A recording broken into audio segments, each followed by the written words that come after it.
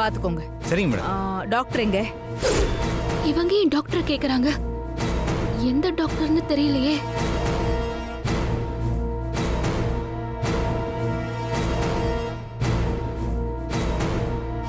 ஆமா, டாக்டர் ராமகிருஷ்ணன் எங்க இருக்காரு?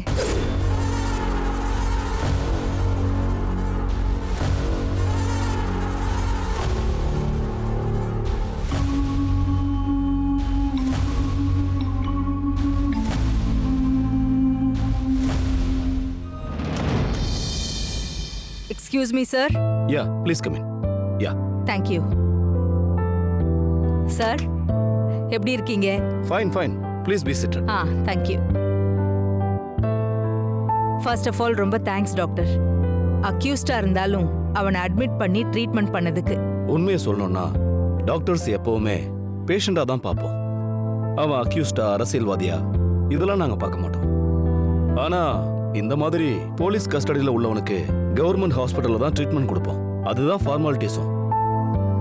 என்ன நீங்க வாசுகி ஃப்ரெண்டுங்கிறதுனால சுப்ரீம் ரெக்கமெண்டேஷன்ல வந்துட்டீங்க. அதையும் மீறி நான் அவாய்ட் பண்ணணும்னு வச்சுக்கோங்க, என்னால வீட்டுக்குள்ள நுழைய முடியாது.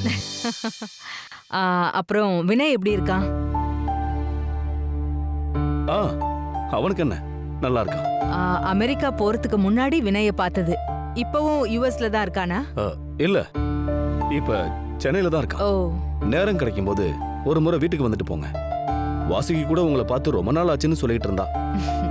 எங்கங்க, இந்த யூனிஃபார்மை மாட்டிக்கிட்டு ராத்திரி பகலா தூங்க கூட நேரம் இல்ல, ஓடிக்கிட்டே இருக்கேன். பார்க்கலாம், கண்டிப்பா ஒரு நாள் வீட்டுக்கு வரேன். வாசுகி கூட கூப்பிட்டுக்கிட்டே தான் இருக்கா. அப்புறம் அந்த அக்யூஸ்டோட கண்டிஷன் எப்படி இருக்கு? டோன்ட் வரி, அவன் உயிருக்கு ஒரு ஆபத்தும் இல்ல. இன்னும் ஒரு வாரத்துக்கு ஹாஸ்பிட்டல்ல வச்சு தான் ட்ரீட்மெண்ட் பார்க்கணும். அதெல்லாம் ஒன்றும் ப்ராப்ளம் இல்லை சார். ஆனா ரொம்ப நம்பிக்கையானவங்களை மட்டும் வச்சு அவனை பார்த்துக்கோங்க. தேவையில்லாத யாரையும் உள்ள அலோவ் பண்ணாதீங்க. ஏன்னா இது நான் பண்ண மிஸ்டேக்கால நடந்த விஷயம். கொஞ்சம் கேர்லெஸ்ஸா இருந்தா கூட என்னோட வேலைக்கே ஒல வச்சிரும். ஓ சரி, ஓகே. One second.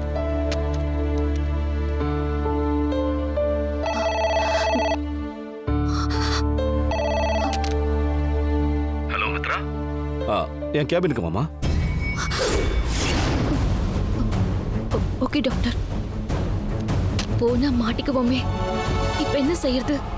ஐயோ ஆண்டவா, என்னை ஏன் இப்படி சோதிக்கிற?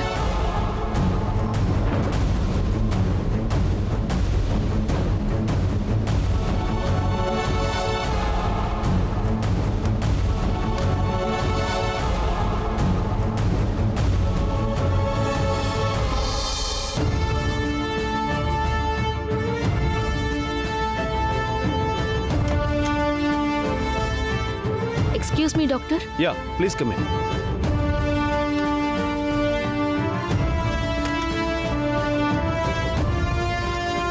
She is Mitra.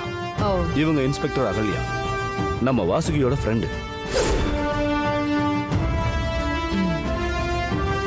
இவங்களுக்கு வேண்டப்பட்டவங்க தான் 104 ரூம்ல அட்மிட் ஆயிருக்காங்க. அவங்க இன்னும் ஒரு வாரத்துக்கு இங்கே தான் ட்ரீட்மெண்ட்ல இருப்பாங்கம்மா. அவங்கள ரொம்ப சேஃபா பார்த்துக்கணும். அனாவசியமா யாரையும் அலோவ் பண்ணாதீங்க, ஓகேவா? Okay doctor. என்னம்மா, உங்க டாக்டர் சொன்ன மாதிரி கண்ணும் கருத்துமா பாத்துக்கணும். விளையாட்டா இருந்துடக்கூடாது என்ன? நான் அப்பப்ப வந்து செக் பண்ணுவேன். Okay ma'am. Okay okay sir, அப்ப நான் கிளம்புறேன். ஓகே.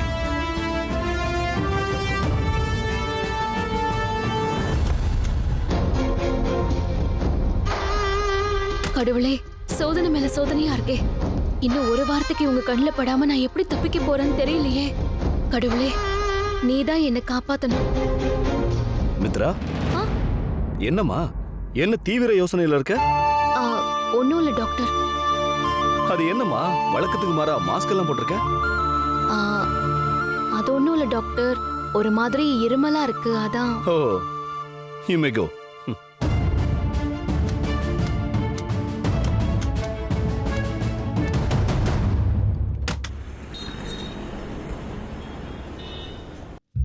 மித்ரா மேடம்.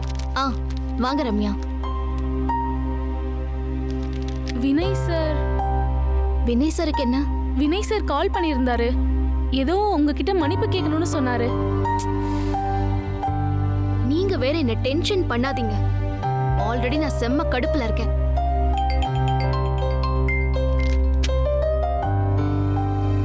ஹலோ. வணக்கம்மா. வணக்கம். யாரு? நீங்க மித்ரா தானேம்மா? ஆமாங்க. நீங்க? நான் ஒரு சாதாரண தூதுவன்மா. என்னது புரியல? உங்களுக்கு புரியாதது உலகத்துல நிறைய விஷயம் இருக்குமா. ஒரு மனிதன் தேவ நிலையை அடைய வேண்டுமெனில் மன்னிப்பு அவனிடம் இருக்க வேண்டும். இதை நான் சொல்லலாமா, கீதை சொல்லுது. சரி சார், இதெல்லாம் எதுக்கு என்கிட்ட சொல்லிட்டு இருக்கீங்க? மேடம் கொஞ்சம் இப்படி வாங்க. ஒரு ஆன்மா நம்ம கிட்ட மன்னிப்பு கேட்டு மன்றாடும் போது நாம அதை கண்டுக்காம இருக்கிறது பெரிய பாவமா. அந்த பாவம் நமக்கு வேண்டாம். ஒருத்தவங்க கிட்ட வந்து அட்வைஸ் கேட்காதவங்களுக்கு அட்வைஸ் பண்றது அதை விட பெரிய பாவம். வைங்க போன. உங்க வேலைதானா இது? அமைதியாவே இருக்க மாட்டீங்களா? சிஸ்டர், உங்களுக்கு வேலை எதுவுமே இல்லையா? இருக்கே. அப்ப தாராளமா போய் பார்க்கலாமே. இங்க ரெண்டு பேரும் பர்சனலா பேசிட்டு இருக்குதா? இப்படி நின்னு ஒட்டு கேக்குறது தப்பு இல்லையா? Sorry sir. அச்சோ, ப்ளீஸ் போங்க. சார், இப்போ என்ன வேணும் உங்களுக்கு? சாரி சொன்னா அக்செப்ட் பண்ணும், அடம் பண்ணக்கூடாது. ஓகே? சாரிய எப்பவாவது சொன்னாதான் மரியாதை. குட் மார்னிங் மாதிரி தினம் தினம் சொன்னா பின்ன என்ன பண்றது? இப்போ உன்னால மன்னிக்க முடியுமா முடியாதா? அதை மட்டும் சொல்லு. முடியாது சார். இது முதல் தடவைனா பரவாயில்ல. அன்னைக்கு நீங்க பண்ணது எனக்கு இன்னும் கடுப்பாதான் இருக்கு. என்னைக்கு? அதான் போபியாவை சரி பண்றேன்னு கோமாளித்தனம் பண்ணீங்கல்ல. மித்ரா, அதான் அப்பயே முடிஞ்சு போச்சே. நான் அப்பயே உன்கிட்ட சாரி கேட்டேன், நீ அப்பயே என்ன மன்னிச்சிட்டியே. நான் தான் சொன்னேன்ல, சாரி சொல்லிட்டா உடனே நடந்ததெல்லாம் இல்லன்னு ஆயிடாது. மித்ரா, இது ரொம்ப தப்பு. நான் எவ்வளவு ஹானஸ்டா உங்ககிட்ட வந்து மன்னிப்பு கேட்டேன். ஆனா நீ என்ன ஹானஸ்டா மன்னிக்காம இருந்திருக்கல்ல. ச்சே, you are a bad girl. Hello. நீங்க பண்றது சரியானது இல்லம்மா. ஹலோ, யார் நீங்க? உங்களுடன் நேர்மையாக நடந்து கொள்ளும் வரை நீங்களும் அவர்களுடன் நேர்மையாக நடந்து கொள்ள வேண்டும். இப்போ எதுக்கு சார் இவங்கெல்லாம் எனக்கு கால் பண்ணி கிளாஸ் எடுத்துட்டு இருக்காங்க? நீ என் கால் அட்டன் பண்ணல, அதனால தான் எனக்கு ஏதோ தெரிஞ்ச ஒரு 4 ஃப்ரெண்ட்ஸ் கிட்ட சொல்லி உனக்கு கால் பண்ண சொன்னேன். அவ்வளவுதான். ஓ, இவங்கெல்லாம் உங்க ஃப்ரெண்ட்ஸா? ஏய், எஸ் ஆஃப் கோர்ஸ். சரி, நான் எங்க விட்டேன்? நான் தான் சொன்னேனே நீ ஹானஸ்டா இல்லன்னு. தேவையில்லாம ஹானஸ்ட் அது இதுன்னு பேசாதீங்க சார். இங்க பாரு மித்ரா, நீ தான் என்ன பேச வைக்கிற. ஆமா, மன்னிக்கிறதுல உனக்கு என்ன பிரச்சனை இருக்கு? சரி, மன்னிச்சிட்டேன், கிளம்புங்க. அது எப்படி? இங்க பாரு, சிரிச்சுக்கிட்டு மன்னிச்சிட்டேன் சார் அப்படின்னு அழகா சொல்லு, நான் கிளம்பிடுறேன். சார், ஏன் இப்படி படுத்துறீங்க சார்? இந்த ஹாஸ்பிடல்ல கோவமா இருக்கிறதுக்கு கூட எனக்கு சுதந்திரமே இல்ல. இங்க பாரு மித்ரா, நான் அதுக்கு தான் சொல்றேன், நீ என் கம்பெனில வந்து ஜாயின் பண்ணிக்கோன்னு. நீ தான் கேட்க மாட்டேன்ற தெரியுமா? இங்க பாரு மித்துமா, உனக்கும் வேலை இருக்கு, எனக்கும் வேலை இருக்கு. ஏன் தேவையில்லாம நம்ம 2 பேரோட டைம் வேஸ்ட் பண்ணோம்? ஜஸ்ட் சிம்பிள், ஒரே ஒரு சாரி, மன்னிச்சிட்டேன் சார் அப்படின்னு சொல்லுங்க, நான் பாட்டு போயிட்டே இருக்கேன். சார், அதெல்லாம் அப்படி உடனே என்னால மன்னிக்க முடியாது. கொஞ்சம் டைம் ஆகும். ஃபோன் அட்டெண்ட் பண்ணு. மித்ரா, ஸ்பீக்கர் பேசு. ஹலோ. கர்த்தர் உங்களை ஆசீர்வதிக்கட்டும். பைபிள்ல ஃபேமஸான ஒரு கோட் இருக்குமா, மன்னிக்க மறுப்பவர்கள் சொர்க்கம் செல்லவே முடியாது. இதுல இருந்து நீங்க ஒண்ணு புரிஞ்சுக்கணும். அது என்னன்னா, நான் என்ன சொல்ல வரேனாமா, நீங்க வந்து ஒருத்தர். ஹலோ, சரியான ராங் டைமிங்கா. நீ எல்லாத்துலயுமே லேட்டு தான். வையா போன. ஏய், நீ இப்ப சிரிச்சல்ல? நான் ஒண்ணு சிரிக்க. போய் சொல்லாத, நான் தான் பார்த்தனே நீ சிரிச்சியே. நான் தான் இல்லன்னு சொல்றேன்ல. இல்ல, நீ சிரிச்சியே. மித்து, நீ இந்த மாதிரிலாம் கோச்சிக்காத. அப்புறம் என்னால எப்பவுமே சொர்க்கம் போகவே முடியாது தெரியுமா? ஐயோ சார்.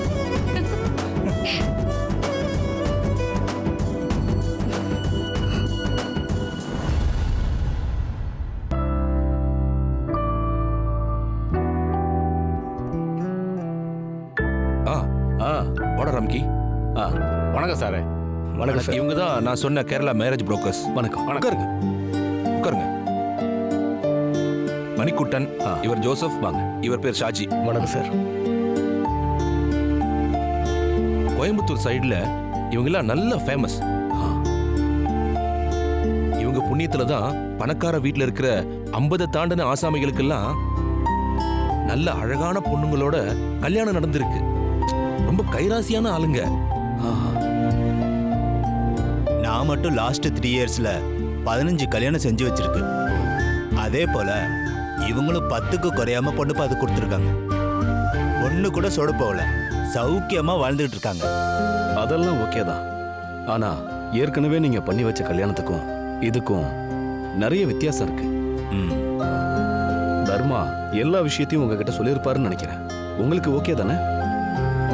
சார், எங்களுக்கு எல்லா சமாச்சாரத்தையும் டீட்டெயிலாகவே சொல்லிடுச்சு. மாப்பிள்ளை பையன் இன்னும் ஒரு 6 மாதம் இல்லை 8 மாதம் தான் பொழைச்சிருக்குன்னு சொல்லிச்சு. அதெல்லாம் தெரிஞ்சுதான் உங்களை மீட் பண்ண வந்திருக்கோம். உங்களுக்கு ஓகேண்ணா இன்னும் 2 வீக்ஸில் பொண்ணை கூட்டிகிட்டு வந்து உங்கள் எதிரில் நிறுத்துவோம். வர்ற எல்லாரும் ஆரம்பத்துல உங்களை மாதிரி பாசிட்டிவா தான் சொல்றாங்க. ஆனா அதுக்கப்புறம் நான் ஃபோன் அடிச்சா ஃபோனை கூட எடுக்க மாட்டேங்கிறாங்க. மதராஸ் புரோக்கர் மாதிரி நாங்க கிடையாது சார். சொன்ன மாதிரி முடிச்சு கொடுப்போம். நீங்க கோயம்புத்தூர்காரங்கள்ட்ட விசாரிச்சு பாருங்க, அவங்க சொல்லுவாங்க. இங்க தமிழ்நாட்டில் உள்ள பிரச்சனை மாதிரி கேரளாவில் கிடையாது சார். இங்கேயும் கேரளாவில் உள்ள மாதிரி ஏழை குடும்பத்தில் நிறைய பொண்ணுங்க உண்டு சார். அவங்க உங்க பையனை கல்யாணம் பண்ணிக்கணும்னு சம்மதிக்கும். ஆனா உங்களுக்கு அந்த பொண்ணை பிடிக்காது. ஆனா கேரளாவில் அப்படி இல்லை. பொண்ணு அழகா வனப்பா இருக்கும். அவங்கள பார்த்த உடனே உங்களுக்கும் பிடிக்கும். அவ்வளவுதான் சார் விஷயம். நீங்க சொல்றது ஓகே தான், நான் ஒத்துக்கிறேன். ஆனா அவங்க நோக்கம் வெறும் சொத்து பணம் அவ்வளவுதானே. அது இன்னொரு இடத்துல கிடைச்சா அங்க போயிட மாட்டாங்க? அதுக்கு சான்ஸே இல்லை சார். அவங்க நோக்கம் பணம் சொத்து தான், இல்லைன்னு சொல்லல. அதுக்காக அவங்க நம்பிக்கை துரோகம் பண்ண மாட்டாங்க. ஏன்னா இவங்க கிட்ட சென்டிமெண்ட் ஜாஸ்தி. ஃபேமிலியில அப்பா அம்மா தம்பி தங்கைங்க இப்படி நிறைய பேர் இருக்காங்க. அவங்கள வசதியை வாழ வைக்க இவங்க வாழ்க்கையை தியாகம் பண்றாங்க. அதுல இவங்களுக்கு ஒரு ஹாப்பி. லைஃப் முழுக்க கஷ்டப்பட்டு வேலை பார்த்தாலும் அந்த ஃபேமிலி டெவலப்மெண்ட் இருக்காது. அதனாலதான் இந்த முடிவு எடுக்கிறாங்க. ஒரு ஊரில் ஒருத்தர் துபாய் போய் சம்பாரிச்சு பணக்காரன் ஆனா அந்த ஊரில் மற்றவங்களுக்கும் துபாய் போகணுன்னு ஆசை வரும்ல, அதே மாதிரி தான் ஒரு பெண்ணை பணக்காரனுக்கு கட்டி கொடுத்து வீடு தோட்டம்னு ஃபேமிலியை பார்த்து மற்றவங்களுக்கும் அந்த ஆசை வரும். அங்கனில் நீங்கள் எதிர்பார்க்குற பொண்ணு ஈஸியாக கிட்டும். ஓகே, அப்போ நீங்க எவ்வளவு சீக்கிரம் பொண்ணு பார்த்து கொடுக்குறீங்களோ அவ்வளோ நல்லது. நீங்க என்ன எதிர்பார்க்குறீங்கன்னு தர்மா கிட்ட பேசிருங்க, அதை நான் பண்ணி கொடுத்துட்றேன். எங்களுக்கு ஒரே கண்டிஷன் தான் சார். சீக்ரெட் மேரேஜுக்கு ஓகே சொல்ல மாட்டாங்க. ப்ராப்பரா இன்விடேஷன் பிரிண்ட் பண்ணி 4 பேருக்கிட்ட ஆசீர்வாதம் வாங்குற மாதிரி தான் கல்யாணம் பண்ண கேட்பாங்க. அப்புறம் ஃபர்ஸ்ட் நைட்டுக்கு முன்னாடி மேரேஜை ரெஜிஸ்டர் பண்ணிடணும். இது மட்டும்தான் அவங்களோட கண்டிஷன். அதுக்கு நீங்க ரெடியா இருக்கணும். நீங்களே கேட்கலனாலும் நான் அப்படிதான் பண்ணுவேன். கல்யாணம் நடக்கிற மண்டபத்துக்கே ரெஜிஸ்டரை வர வச்சு அங்கேயே முடிச்சிடலாம். எனக்கு நீங்க 2 வீக்ஸ் டைம் கேட்கறது தான் அதிகமா தெரியுது. அதுக்கு முன்னாடியே முடிச்சு கொடுத்தீங்கன்னா ரொம்ப நல்லா இருக்கும். ராம்கி, இவங்க ஒரு சேஃப்டிக்கு தான் அப்படி கேக்குறாங்க. எனக்கு தெரிஞ்சு 1 வீக்ல பொண்ணு கிடைச்சிடும். சரி, அப்ப நீங்க புறப்படலாம். இப்பவே நீங்க உங்க வேலையை ஸ்டார்ட் பண்ணிடுங்க. பொண்ணு பார்த்த உடனே ஒரு போட்டோ அனுப்பி வைங்க. சரி, கிளம்புங்க. முடிஞ்சா பொண்ணை நேர்ல கூட்டிட்டு வாங்க, நாங்களும் பாத்துக்கிறோம். வரேன் சார். வாங்க.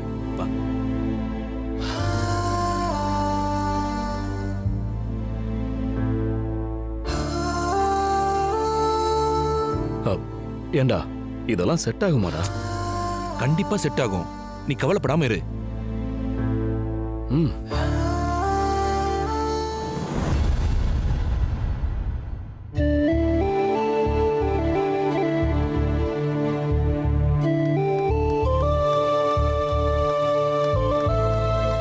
குட் மார்னிங்க்கா. இதுதான் குட் மார்னிங் சொல்ற நேரமா? மணி என்ன ஆகுதுன்னு தெரியுமா உனக்கு? எல்லாரும் இன்னைக்கு செய்ய வேண்டிய வேலைய பாதி முடிச்சிட்டு லஞ்சுக்கு ரெடி பண்ணிட்டு இருக்காங்க. நீ இப்பதான் பிரேக்ஃபாஸ்டே சாப்பிட வர. ஏன்டா இப்படி இருக்க? அக்கா, நான் சீக்கிரம் எந்திரிச்சு என்ன பண்ண போகிறேன்? குளிக்கிறேன், தூங்குறேன், சாப்பிட்றேன், குளிக்கிறேன், தூங்குறேன், சாப்பிட்றேன். அதானே பண்ணிட்டு இருக்கேன். எனக்கும் மற்றவங்க மாதிரி இங்கே ஏதாவது வேலை இருந்ததுன்னா நானும் காலையில் எழுந்திரிச்சு சுறுசுறுப்பாக அந்த வேலைக்கு கிளம்பலாம். உனக்குன்னு ஒரு வேலையை நீ தான் ரெடி பண்ணிக்கணும். வேலை இல்லைன்னா அப்படியே இருந்துருவியா? ஓ மேலேயே உனக்கு அக்கறை இல்ல, உன் கூட இருக்கிறவங்க மேலேயும் உனக்கு அக்கறை இல்ல. அக்கா, என்னமோ நான் வேலையில் அதை வெட்டி பைய மாதிரி பேசிகிட்டு இருக்கேன். நான் துபாயில் வேலை பார்த்துட்டு இருக்கேன். இப்போ லீவில் வந்திருக்கு, அதை ஞாபகம் வச்சுக்கோ. நீ இங்க எதுக்குடா வந்த? நான் உன்னை எதுக்கு இங்க வர சொன்னேன்? வந்த வேலையை விட்டுட்டு மத்த எல்லா வேலையும் பார்த்துட்டு இருக்க. இப்போ என்ன பண்ணணுங்கிற சொல்லு. வினய் இப்படி ஒரு சிச்சுவேஷன்ல இருக்கானேன்னு உனக்கு கொஞ்சமாவது கவலை இருக்கா? இல்ல நீ அவனை சரி பண்றதுக்காக ஏதாவது முயற்சி தான் பண்ணிருக்கியா? ஏக்கா, நான் என்ன டாக்டரா வினையை சரி பண்ணுறதுக்கு? வீட்டில் இருக்கிற ஒரு டாக்டரையும் பொண்ணு தேட வரட்டி விட்டுட்டேன். டேய், நீ வாய மூடு.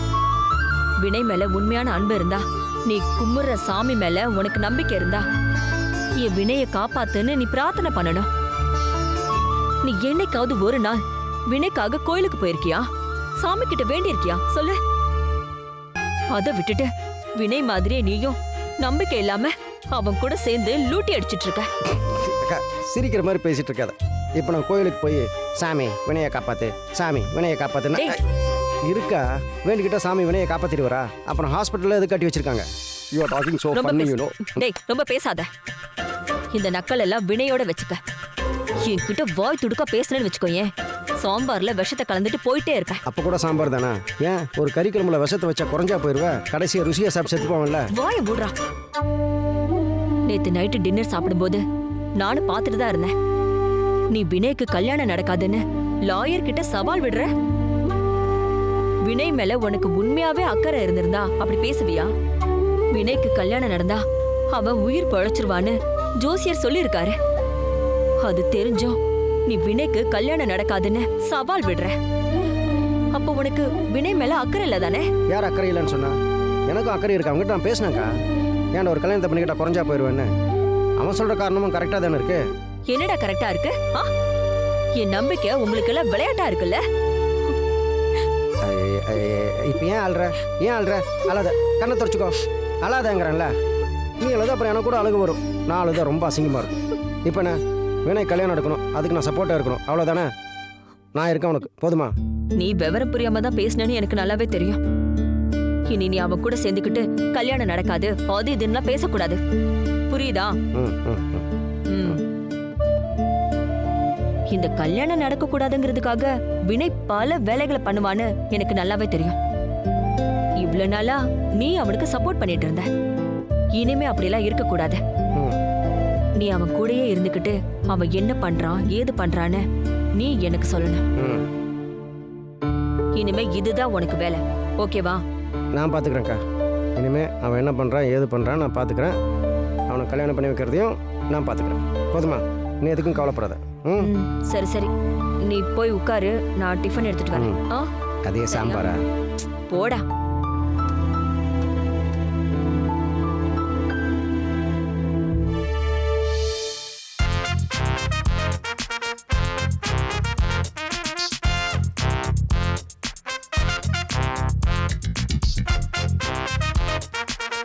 யோ மாம்சே, வாயா ஒரு கேம் போடலாம்.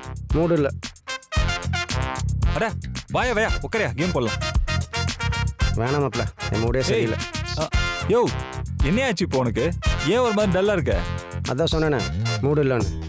என்ன உன் கம்பெனியில் லீவ்லாம் கேன்சல் பண்ணிட்டு உடனே திரும்பி வான்னு சொல்லிட்டாங்களா? அப்படியெல்லாம் ஒன்றும் இல்லை மாப்ள. யோ பின்ன என்னதான் பிரச்சனை உனக்கு?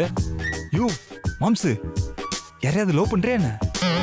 அட வாய் கழுவு மாப்ள, சும்மா லவ் கிவன் இட். அதுவும் எனக்கு. நான் மூட் ஆஃப் ஆனதுக்கான காரணமே உன்னை பற்றி யோசிச்சதால தான்.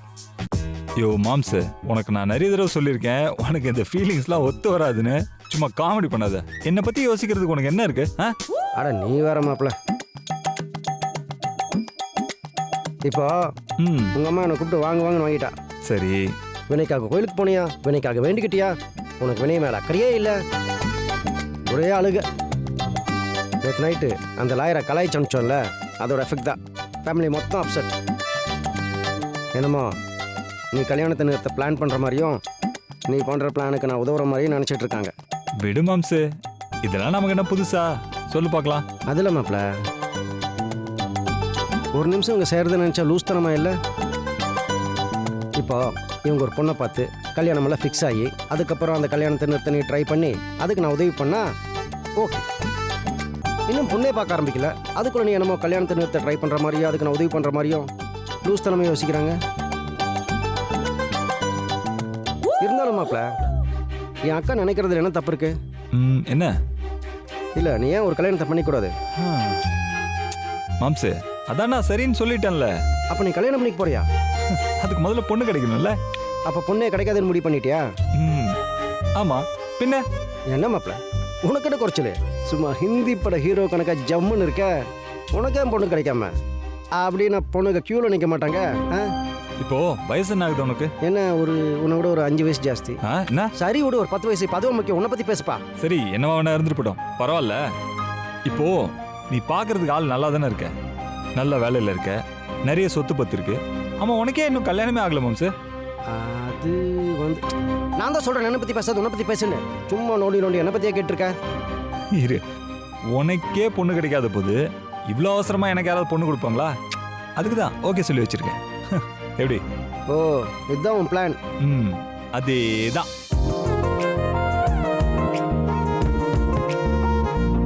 Excuse me sir. ஏய், Mithu Mithu Mithu, come come come.